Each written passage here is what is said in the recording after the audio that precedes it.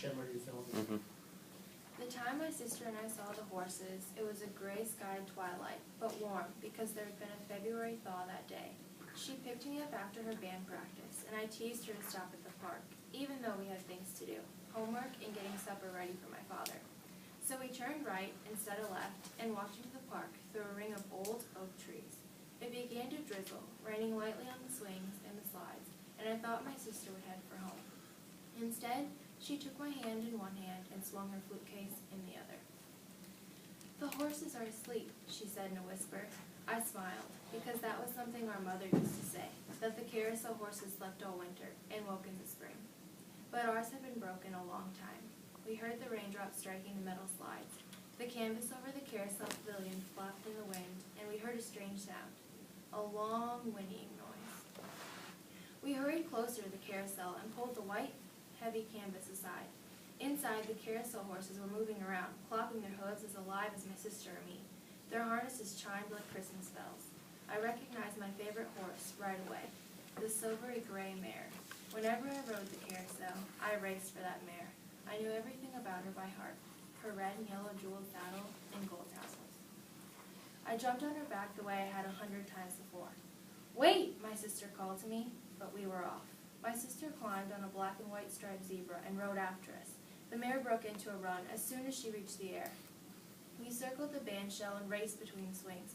Higher and higher we flew, faster and a little more reckless. "Don't you dare go near that swimming pool," my sister yelled. The others galloped close behind.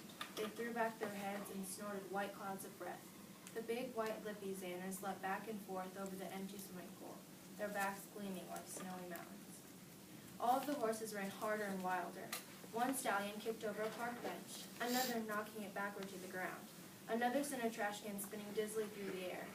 "They're wild because they are broken," my sister said, and we both watched for a minute. "Maybe Mom's toolkit?" I asked. Our mother had been someone who could fix anything, from leaky faucets to broken porch lights and banisters. Sometimes she'd take apart the washing machine or toaster just for fun and put it back together while I played on the floor next to her.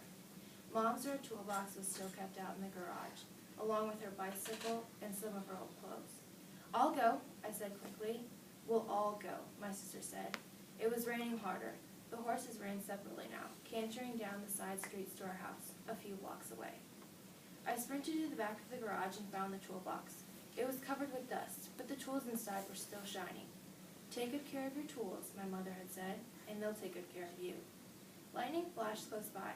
A few of the horses reared up, panicky, ready to bolt. "Hurry," my sister said. "Hurry!" We raced back to the park, plunging through puddles. Thunder rumbled all around us. Inside the pavilion, I worked till I had the carousel machinery laid out in pieces, like the inside of a clock. My hands were clumsy because I hadn't handled any of those tools in a long time. The wrench, the screwdriver, needle-nose pliers. I held a flashlight the size of a pen and shone it carefully on every piece. At last, I found something small and silver, a bolt that had fallen into the machinery. I worked it loose and held it up in the air. It will work now. But the horses had gone mad.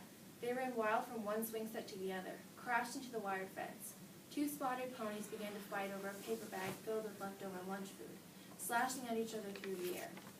My sister sat tall and stern on the zebra, holding her flute case. She was watching the horses, the same way she sometimes watched me. Then she took out her flute from the flute case, fitted the pieces together, and began to play. The horses slowed a little, ran in a wide circle. She played Claire de Lune, the song my mother used to play when we couldn't sleep at night. The horses moved slower, almost in a dance, lifting their hooves high. One by one, they jumped up onto their places on the carousel. Each knew exactly where to stand. I buried my face in this mare's silvery neck. She smelled like new moon grass and my mother's old wool coat. "Come on," my sister said. Not impatiently, she hated tearful scenes.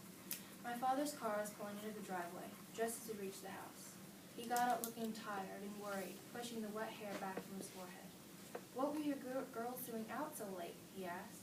My sister and I exchanged glances. We were soaking and shivering. "We walked to the park," she told him. His face brightened then, a little. "Your mother used to say that park was magical in the rain." He even smiled. He put up his big black umbrella and we stood there for a minute. All three of us, safe inside the umbrella, under the shining porch light. and then we went inside.